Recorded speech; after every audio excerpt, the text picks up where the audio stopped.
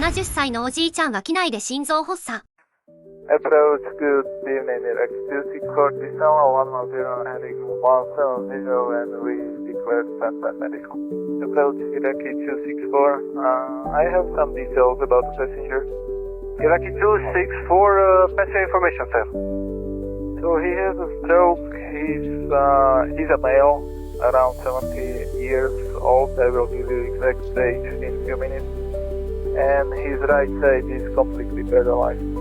Iraqi 264, roger sir, and when you are able, please let me know where is the seat number and what is the seat number and when do you need the ambulance.